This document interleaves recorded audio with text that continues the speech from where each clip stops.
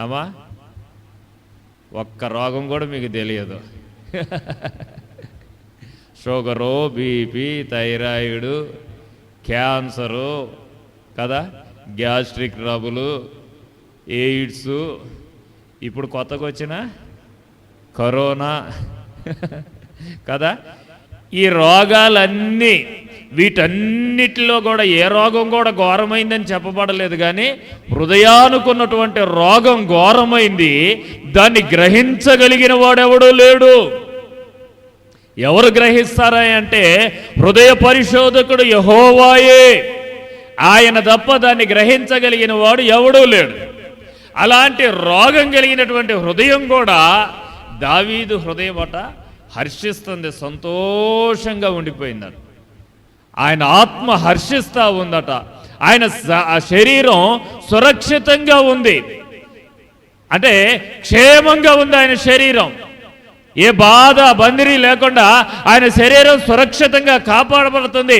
ఎందుకు కాపాడబడుతుందయ్యా అంటే 8వ వచనంలో అంటాడు, యెహోవా నా కుడిపార్శ్వమందు ఉన్నాడు గనుక. ఎందుకున్నాడట? దేవుడు నా కుడిపార్శ్వమందు ఉన్నాడు, ఆయన నా కుడి పక్కన ఉన్నాడు గనుక నా శరీరం సురక్షితంగా ఉంది. ఘోరమైన వ్యాధి కలిగిన నా హృదయం కూడా సంతోషిస్తూ ఉంది, నా ఆత్మ కూడా హర్షిస్తూ ఉంది. నేను అంటాను, దేవుడు మన కుడి పక్కన కూర్చుంటే మన శరీరానికి రోగం ఉండదు, హృదయానికి రోగం ఉండదు, మనసుకు కూడా రోగం ఉండదు. హల్లెలూయా. మరి ఎలా ఉంటాడు ఆయన మన కుడి పక్కన? ఇది కదా అసలు కావాల్సింది. ఆయన మన కుడి పక్కన ఉండాలా ఉండొద్దా? ఉండాలా ఉండొద్దా? వద్దన్న వాళ్ళందరూ దేవుని స్తోత్రం చెప్పండి. దేనికి మాట్లాడకపోతే మిమ్మల్ని ఏమనుకోవాలి? నేను గోడ మీద పిల్లులా? అయితే అది లేకపోతే ఇదా? ఏమండి, దేనికో ఒకదానికి మాట్లాడాలి కదా. దేవుడు నా కుడి పక్కన ఉండాలయ్యా అంటే అది దానికి మాట్లాడరు, వద్దు అంటే దానికి మాట్లాడకపోతే ఏమనుకోవాలి మిమ్మల్ని? ఏలియా ఒకరోజు ఇలాగే అందరినీ పిలిచి, ఒరే నాయనా, యెహోవా దేవుడైతే యెహోవాని సేవించుదాం, బయలు దేవుడైతే బయలుని సేవించుదాం అంటే వాళ్ళు ఏమన్నారట? మనకులాగే మూగిముత్తులు అయిపోయారు. చూసి మాకు వచ్చిన బాధ ఎందుకు, నువ్వేది చెప్తే అది, ఆ తర్వాత సంగతి చూద్దాం, ముందు మీరిద్దరు కొట్టుకోండి, మీరిద్దరు కొట్టుకున్నాక ఎవడు గెలితే వాడికి జెయ్యి అంటామన్నారు. అంతేనా కదా? బయలు ప్రవక్తలు ఏలియా ఇద్దరు కొట్టుకొని ఎవరు గెలితే వాళ్ళకి మేము జెయ్యి అంటాం అన్నారు. అంతే అన్నారుగా. బయలుదేవుడు ఆడి నాట్యం ఆడి రచించుకొని వాళ్ళు కొరడాలతో కొట్టుకొని రక్తాలు చిందేటట్టుగా అన్నీ చేసిన అగ్ని దిగకపోతే ఏలియా బలిపీఠం కట్టాక దేవుని అగ్ని దిగొచ్చాక అప్పుడు అంటున్నారు, యెహోవాయే దేవుడు, యెహోవాయే దేవుడు. మీకు కూడా అట్టాగే ఉన్నారు. అట్టే ఉంటారా? ఆయన మీ కుడి పక్కన ఉండాలా ఉండొద్దా? ఉంటే ఏంటి లాభం? శరీరం కాపాడబడుతుంది, హృదయం నిండా సంతోషం ఉంటుంది, ఆత్మలో కూడా సంతోషం ఉంటుంది. హల్లెలూయా. హృదయంలో సంతోషం, ఆత్మలో సంతోషం అంటే శరీరానికి రోగమే ఉండదు. అంతే కదా? శరీరానికి రోగమే ఉండదు. ఇది జరగాలంటే దేవుడు మన కుడి పక్కన ఉండాలి. ఆయన మన కుడి పక్కన ఎలాగుంటాడు? ఎట్టుంటాడు? మనం పోయి ఆయన పక్కన ఆయన ఎడం పక్కన నిలబడితే ఆయన మన కుడి పక్కన ఉంటాడు కదా. అంతేనా కాదా? ఏమండి, ఇప్పుడు వాడు ఇటు రారా, అలాకి నిలబడరా కొద్దిగా. వీడు కుడి పక్కన ఉండాలంటే నేనేం చేయాలా? నేను పోయి ఆ పక్కన నిలబడితే, వాడి ఎడం పక్కన నేను నిలబడితే అప్పుడు ఆయన కుడి పక్కన నేను ఉన్నట్టు అవుతుంది, నా కుడి పక్కన వాడు ఉన్నట్టు అవుతుంది కదా. మరి దేవుడు మన కుడి పక్కన నిలబడాలంటే మనం ఏం చేయాలి? ఆయన ఎడం పక్కన ఎడం పక్కన ఎట్ట నిలబడతాం మనం? మన కుడి ఇష్టం కదా. ఎడం పక్కన ఎట్ట నిలబడతాం మనం? కుడి ఇష్టమా ఎడం ఇష్టమా? ఇంటికి వచ్చిన వాళ్ళకి గ్లాసుతో మంచినీళ్ళు ఇచ్చుకుంటా పిల్ల పొరపాటున మంచినీళ్ళు ఎడం చేత్తో ఎత్తుందంటే, ఏయ్ ఏమొచ్చింది నీకో, కుడి చేయి పడిపోయిందా, కుడి చేత్తో ఇయ్యలేవా అంటాం. అంటమా అనమా? మరి ఇప్పుడు పోయి ఎట్ట ఆయన ఎడం పక్కన నిలబడదాం? మనం నిలబడటానికి ఇష్టం ఉంటుందా మనకి? ఏమన్నా కానీ ఆయన కుడి పక్కనే మనం నిలబడాలనుకుంటాం. నేను అంటాను, దేవుడు మన కుడిపక్షమున నిలబడాలంటే, దేవుడు మన కుడిపార్శాన నిలబడాలంటే భక్తుడైన దావీదు అంటా ఉన్నాడు 8వ వచనంలో, సదాకాలము నేను యెహోవా యందే. హల్లెలూయా. కూర్చో నాన్న, కూర్చో. ఏ కాలం ముందు? పగలు రాత్రి లేదు, ఎండా వాన లేదు, కష్టం లేదు, నష్టం లేదు, దుఃఖమైనా సంతోషమైనా, చీకటైనా వెలుగైనా, ఎన్ని పరిస్థితులైనా నీ గురి ఆయన మీద నిలబెడితే, హల్లెలూయా, ఎవరి మీద నిలబెట్టాలి? ఆయన మీదే గురి పెట్టాలి. అబ్బో నన్నే టార్గెట్ చేసిండండి అంటారు అప్పుడప్పుడు. అయ్యగారు ఇవాళ వాక్యం అంతా నన్నే టార్గెట్ చేసి నన్నే గురిలో పెట్టుకొని చెబుతుండ అంటారు. హల్లెలూయా. నీ గురి దేవుని మీద నిలబెడితే, భక్తుడైన దావీదు అంటున్నాడు, నా హృదయం హర్షిస్తుంది, నా ఆత్మ సంతోషిస్తుంది, నా శరీరం కూడా సురక్షితంగా ఉంది. ఎందుకుందంటే దేవుడు నా కుడి పక్కన నిలబడ్డాడు, దేవుడు నా కుడి పార్శ్వం మందు ఉన్నాడు. ఎందుకున్నాడయ్యా అంటే దావీదు అంటున్నాడు, సదాకాలం నా గురి నేను ఆయన మీదే పెట్టాను. మన భాషలో చెప్పాలంటే నా కనుల నిండా ఆయన్నే నింపుకున్నాను. నా కనులు ఇటు అటు చూడట్లేదు, ఆయన కోసమే చూస్తుంది. గుంటలో ఉన్నా ఆయనకెళ్ళే చూస్తా, బాధలో ఉన్నా ఆయనకెళ్ళే చూస్తా, శ్రమలో ఉన్నా ఆయనకెళ్ళే చూస్తా, ఆకలితో ఉన్నా ఆయనకెళ్ళే చూస్తా, లేకపోతే అవమానంతో ఉన్నా ఆయనకెళ్ళే చూస్తా. ఏదన్నా కానీ నా గురి ఆయన మీదే నేను నిలబెట్టాను గనుక నేను అంటాను, ఆయన మీద గురి నిలబెట్టినటువంటి వాడిని ఎవ్వడిని ఎన్నడూ దేవుడు సిగ్గుపరచడు. 23వ కీర్తనలు అంటాడు, గాఢాంధకారపు లోయలో నేను సంచరిస్తున్నా, గాఢాంధకారపు లోయలో నేను సంచరిస్తున్నా, నేను భయపడను. ఎందుకంటే ఆయన దుడ్డుకర్ర, ఆయన దండం నాతోనే ఉంటుంది. నన్ను ఆదరిస్తాడు, ఆయనే ఆదరిస్తాడు, బలపరుస్తాడు, నాతో ఉంటాడు. క్షణమాత్రం కూడా ఆయన నన్ను విడిచిపెట్టాడు. హల్లెలూయా. అందుకే గత వారం కూడా నేను మీకు జ్ఞాపకం చేశాను 3వ కీర్తనలో 5వ వచనంలో, నేను పడుకుంటాను, నిద్రపోతాను, మరలా తిరిగి లేస్తాను. ఎందుకంటే 10,000 మంది దండెత్తి నా మీదకి వచ్చినా నేను పడుకుంటా, నిద్రపోతా, తిరిగి లేస్తా. ఎందుకంటే నాకు ఆధారం ఆయన. మనకెవరు ఆధారం? అమ్మా, కొడుకు ఆధారం కదా. ఎంత సంబరం అయిందో ఇద్దరు అక్కలకి. మరి అమ్మ మార్తమ్మకి ఇద్దరికి సంబరం అయిపోయింది. మనకు ఏమా ఏంటంటే నా కొడుకున్నాడండి నాకు ఆధారం. కొడుకులే తన్ని తరుగుతూ ఉన్నారు. హల్లెలూయా. దేవుని బిడ్డలారా జాగ్రత్తగా గమనించండి. మన గురి ఆయన మీద నిలిపితే, మన దృష్టి ఆయన మీద నిలిపితే, ఆయన మీద దృష్టించిన ప్రతి ఒక్కడితో ఆయన వాడి కుడిపక్కన నిలబడి, నీకేం బాధ లేదు, సురక్షితంగా నువ్వు చేరవలసిన గమ్యానికి నేను చేరుస్తానని. ఓ దైవజనుడు 14 రోజులు ఓడ బ్రద్దలైపోయి, అలలతో కొట్టబడి ఓడ బ్రద్దలైపోయి నడి సముద్రంలో ఇటు అటు వెళ్ళిపోతా ఉంది. ఓడ బ్రద్దలైపోయింది, ఓడ మునిగిపోయే పరిస్థితులు వచ్చాది. దైవజనునితో పాటు 270 మందికి పైగా ఆ ఓడలో ఉన్నారు. కలవరంతో నిండిపోయారు. ఇక్కడ ఉన్నటువంటి సైనికులు అనుకుంటా ఉన్నారు, దైవజనుడు ఖైదీగా ఉన్నాడు. సైనికులు అనుకుంటున్నారు, ఈ ఖైదీలందరినీ చంపేద్దాం.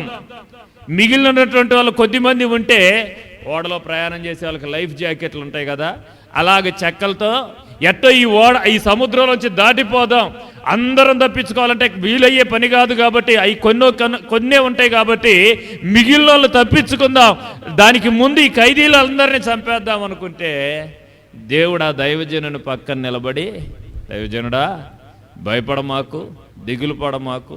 ఆయనకు కూడా ఆశలన్నీ అనగారిపోయినాయి. ఇక తప్పించుకొందునన్న ఆశ కొంచెం కూడా పెనుగాలి విసిరి కొడతా ఉంటే, సముద్రం అలల చేత ఎగిసి పడతా ఉంటే, ఓడ బ్రద్దలైపోయి దినదినము ఓడ కిందకి దిగజారిపోతా ఉంది. ఆ నీళ్లు ఓడలోనికి వస్తా ఉన్నాయి. శ్రమ ఎక్కువ అవుతా ఉంది, బాధ ఎక్కువ అవుతా ఉంది. ఓడ మునిగిపోయే పరిస్థితి వచ్చింది. కానీ దైవజనుడి గురంతా ఏంటో తెలుసా?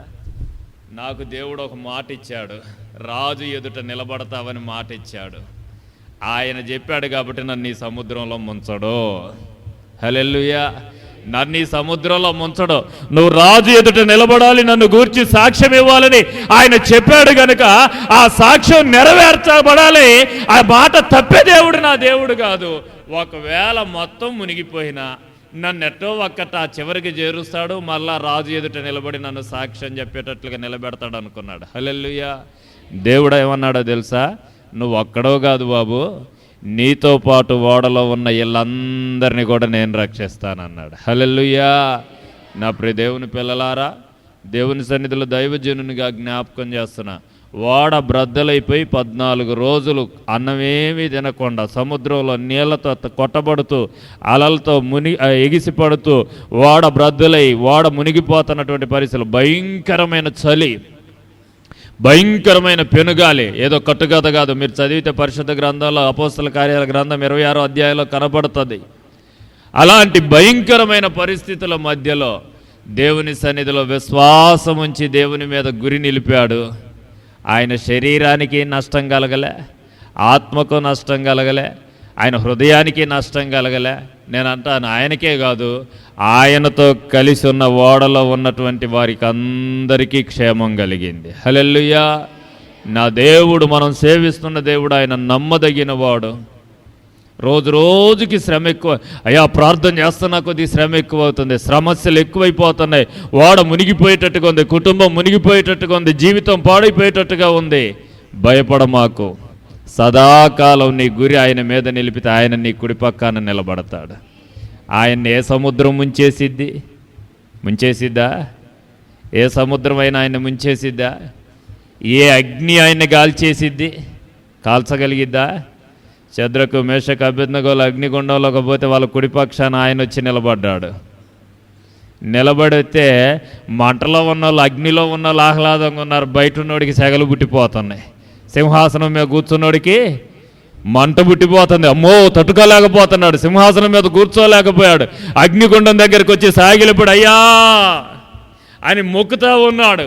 మండుతున్న వేడిమి కలిగిన అగ్నిగుండంలో నుండి రక్షించిన దేవుడు ఇలాంటి దేవుడు భూమి మీద లేడు అని ప్రకటించగలిగాడు. హల్లెలూయా. ఎందుకంటే శద్రకు మేషకు అబేద్నెగోల యొక్క గురి దేవుని యందు ఉంది.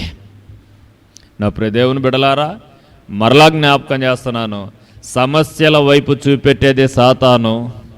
సమస్యలన్నిటికీ మించి ప్రభు ఉన్నాడని ప్రభువు మీద గురి నిలుపుకోవటం నీకు చేతనైతే ఆయన నీ పక్షాన, బిడా ఎన్ని సమస్యలు వస్తే నీకెందుకురా, నేనున్నా నీతో.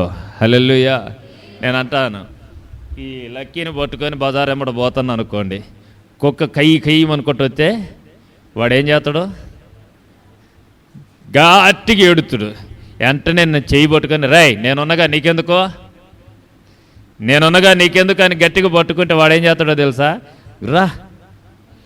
ఇప్పుడు కుక్కనే ఛై అని వాడు అప్పటిదాకా బెదిరినోడే. ఎప్పుడైతే ఒక పెద్ద తండ్రి లేకపోతే అయినోడు దగ్గర నిలబడి చేయి పట్టుకోగా నేనున్నాను అనగానే ఇప్పుడు దాన్ని వాడు సవాల్ చేయటం మొదలు పెడతాడు. నేను అంటాను, ప్రియ దేవుని బిడ్డలారా, దావీదు జీవితంలో ఆయన హృదయం నెమ్మది కలిగి ఉంది, ఆత్మ హర్షిస్తుంది, శరీరం కూడా సురక్షితంగా ఉంది. ఎందుకుందంటే దేవుడు ఆయన కుడిపార్శ్వాన నిలబడి ఉన్నాడు. ఎందుకు దేవుడు కుడి పక్కన ఉన్నాడంటే దావీదు ఎన్ని పరిస్థితులన్నా ఎదురవని, నేను మనుషులకి వెళ్ళి చూడట్లేదు, మనుషులను ఆధారం చేసుకోవట్లేదు, నేను నా గురి దేవుని మీద నిలబెట్టాను. హల్లెలూయా. నా ప్రియ దేవుని పిల్లలారా, ఈ పగటి వేళ దైవజనునిగా జ్ఞాపకం చేస్తున్నా, మన గురి సమస్యల మీద కాదు, సమస్యలకు మించిన ప్రభువు మనతో ఉన్నాడు. సముద్రాలలో బడి నడిచి వెళ్ళినా జలములు నిన్ను ముంచజాలవు, అగ్ని మధ్యలో నీవు నడిచినా అగ్ని నిన్ను కాల్చజాలదు. ఎందుకంటే దహించు అగ్ని అయినటువంటి దేవుడు నీతో ఉన్నాడు. ఆయన మీద నువ్వు గురి నిలుపు. సాతాను అటు ఇటు చూయించేసి అంతా అయిపోయింది, నీ కుటుంబం పని అయిపోయింది, నీ పిల్లల పని అయిపోయింది, నీ జీవితం అయిపోయింది, ఇక బ్రతకో అన్నట్లుగా నీ మీద సాతాను దాడి చేయొచ్చు. కానీ మన దృష్టి నిత్యము దేవుని మీద నిలిపితే అంతా అయిపోయిన శూన్యంలో నుంచే దేవుడు మనల్ని సృష్టించుకుంటూ వచ్చాడు. హల్లెలూయా. అవునా కాదా? సాతాను అనుకుంది యేసయ్యను చంపేశా, నేను గెలిచా అని పాతాళంలో పెద్ద విందు చేస్తా ఉంటే ఆడికి వచ్చిండంట యేసయ్య. ఇదేట్రా అందరిని చంపినట్టుగా ఈయన కూడా చంపేశా, పాతి పెట్టేశా అనుకుంటే పాతాళంలో విందు చేసుకుంటా ఉంటే ఆడికి వచ్చేటాక గడగడ గడగడ మునికిపోతా ఉంది. ఎందుకు పాతాళానికి పోయిండు ఆయన? పాపం చేసినందుక? చెరను చెరగా పట్టుకొని బయటికి తీసుకొని రావటానికి. హల్లెలూయా, హల్లెలూయా. మరణ బలము కలిగినటువంటి అపవాదిని ఆయన మరణం ద్వారా జయించి జయశీలుడై విజయ వీరుడై ఆయన చెరలో పట్టబడినటువంటి ఆత్మలను విడిపించి పరలోకానికి తీసుకొని పోతుంటే ఏమీ అనలేక అట్టాగా నిలబడి నోరెల్లబెట్టి చూడాల్సిన పరిస్థితి.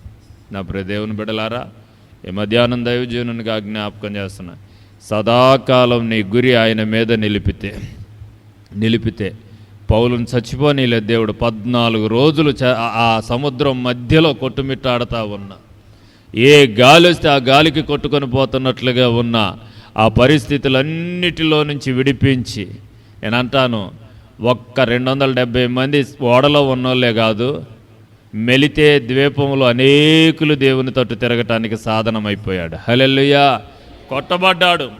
కొట్టబడలేదా? అలలతో కొట్టబడ్డాడు, చలికి వణికాడు, దిగంబరత్వం భరించాడు, శరీరంలో ఆకలి దప్పులు అనుభవించాడు. కానీ ప్రభు నశించిపోనీయలేదు. ఆయన్నే వాడుకొని దేవుడు మెలితే ద్వీపంలో గొప్ప సేవ, ఓడలో ఉన్న వాళ్ళందరూ రక్షణ పొందటానికి, వాళ్ళే కాదు కైసరు రాజు ఎదుట నిలబడి దేవుని గురించి సాక్ష్యం ఇవ్వటానికి ప్రభు నిలబడ్డాడు. నేను అంటాను, లోకంలో శ్రమలు వస్తాయి, అలలు ఎగిసిపడతాయి, శోధనలు తరుముకుంటా వస్తాయి. ఇక ఈ రోజుతో నీ జీవితం అయిపోయింది, నీ కుటుంబం అయిపోయింది, నీ బ్రతుకి ఇంతే, నువ్వు ఉన్న భూమిలో నుంచి బయటికి రాలేవు అన్నట్టుగా సాతాను నిన్ను సవాలు చేయొచ్చు. నువ్వు ఒకటే చెప్పాలి, నా గురి ఆయన మీద ఉంది, నేను మనుషులను ఆధారం చేసుకోలే, నన్ను పిలిచిన దేవుడు నమ్మదగినోడు, నా గురి ఆయన మీద ఉందని నువ్వెప్పుడైతే సాతానుతో ఆ మాట, మనసులో కలుగుతున్న ఆలోచనలతో ఆ మాట చెప్పగలుగుతావో, ఆయన వచ్చి నీ కుడి పక్కన కూర్చొని, బిడా నేనున్నా, కంగారు పడమాకు, కలవరపడమాకు, నిన్ను విడిచిపెట్టను, నువ్వు చేరవలసిన గమ్యం చేర్చేదాకా, నేను నీకే మాట అయితే ఇచ్చానో ఆ వాగ్దానం నెరవేర్చేదాకా నేను నిన్ను విడిచిపెట్టను అంటున్నాడు. కనుక ఆయన యందు గురి నిలుపుదాం. ఇటు అటు చూసి మునిగిపోతున్నావేమో. పేతురు గారు అలాగే మునిగిపోయాడు. ఆయన మీద చూపున్నంతసేపు బాగా చక్కగా నడుచుకుంటూ వచ్చాడు, నేల మీద నడుచుకుంటూ వచ్చాడు. గాలి ఆగింది, అప్పటికే తుఫాను లేదా, ఎగిసిపడుతూనే ఉన్నాయి అలలో. అయినా అటన్నిటి మధ్యలో దేవుని మీద గురి నిలిపినంతసేపు బాగానే నడిచాడు. ఎందుకో దుర్బుద్ధి పుట్టింది. ఏం చూశాడు? గాలిని చూసి భయపడి మునిగిపోవటం మొదలుపెట్టాడు. ఆ పక్క నుంచి గాలి వస్తుంది, కింద నుంచి అలలు ఎగిసిపడతాయి, ముంచేస్తా అన్నట్టుగా అన్నీ వస్తాయి. కానీ నీ గురి ఆయన మీదుంటే ఏది నిన్నేమి చేయజాలదు. దృష్టి మరలింది, మునిగిపోతున్నాడు. అప్పుడు అర్థమైంది, అయ్యో నా గురి దేవుని మీద నుంచి గాలి మీదకు మార్చానే, ఇటు అటు చూశానే అనుకొని, ప్రభువా నన్ను రక్షించయ్యా అని గావు కేక పెడితే ప్రభు చేయి చాచి పట్టుకొని, అల్పవిశ్వాసి ఎందుకు సందేహపడ్డావు? నీతో ఉన్నోళ్ళు ఎవరూ చేయని కార్యం నువ్వు చేస్తా ఉన్నావు, నేల మీద నడుస్తున్నావు. మిగిలిన 11 మంది వాడిలోనే ఉన్నారు కదా, ఎవరు చేయలేని కార్యం నువ్వు చేస్తున్నావు, ఎందుకు సందేహపడ్డావు? నా ప్రియ దేవుని పిల్లలారా, దేవుని సన్నిధిలో దైవజనునిగా జ్ఞాపకం చేస్తున్నా, నీ శరీరం సురక్షితంగా ఉంటుంది, నీ ఆత్మ హర్షించిద్ది, నీ హృదయం నిండా సంతోషం ఇస్తాడు. ఎప్పుడయ్యా అంటే నీ గురి ఆయన మీద నిలిపితే, ఆయన నీ కుడిపార్శ్వానుంటాడు. కాబట్టి ఎక్కడ గురి తప్పామో, ఎక్కడ దేవుని మీద నుంచి ఇతరమైన విషయాల మీదకి మన మనసు తిరిగిపోయిందో గుర్తు చేసుకొని పశ్చాత్తాపడదాం. సాతాను కలవర పెడుతుంది, ముంచేస్తా, అయిపోయింది నీ బ్రతుకు అన్నట్టుగా చేస్తుంది. నువ్వు ఒక్కటే చెప్పాలి, నేను నమ్మిన దేవుడు నమ్మదగినవాడు, ఆయన నన్ను మధ్యలో ఇడిచిపెట్టేవాడు కాదు, ఆయన మీద నేను గురించాను. అందుకే అంటాడు దావీదు, 10,000 మంది దండెత్తిస్తారు నా మీదకి, పడుకుంటా, నిద్రపోతా, మళ్ళా లేస్తా, ఏ అపాయము నన్ను సంభవించదు, ఏ కీడు నన్ను సమీపించదు. నా ప్రియ దేవుని బిడ్డలారా, ఈ బైబిల్లో రాయబడిన ప్రతి మాట ఆ భక్తుల కోసం కాదు, ఇప్పుడు భూమి మీద ఉన్న మన కోసం రాసించాడు దేవుడు. అవునా కాదా? మీరు ఆమేన్ అంటారేమో అనుకున్న అనుబుద్ధి కాలే కదా. ఎవరి కోసం? వాళ్ళ కోసం రాసించాడా? ఇప్పుడు మన కోసమే రాసించాడు. చరిత్ర కాదు ఇది, సజీవ సాక్ష్యం. ఆ మాటలు నమ్మితే ఈరోజు నీ జీవితంలో అద్భుతాలు చేయడానికి ఆయన శక్తిమంతుడు. నీ కుడి పార్శ్వాన నిలబడి నిన్ను చేరవలసిన గమ్యానికి చేర్చి, అంతా అయిపోయిందనుకున్న నీ జీవితంలోనే నేనున్నా, ఇంకా మిగిలింది అని చెప్పి నీ జీవితంలో అద్భుతాలు చేసి నిన్ను అనేకులకు తలగా చేయటానికి సమర్థుడు ఆయన.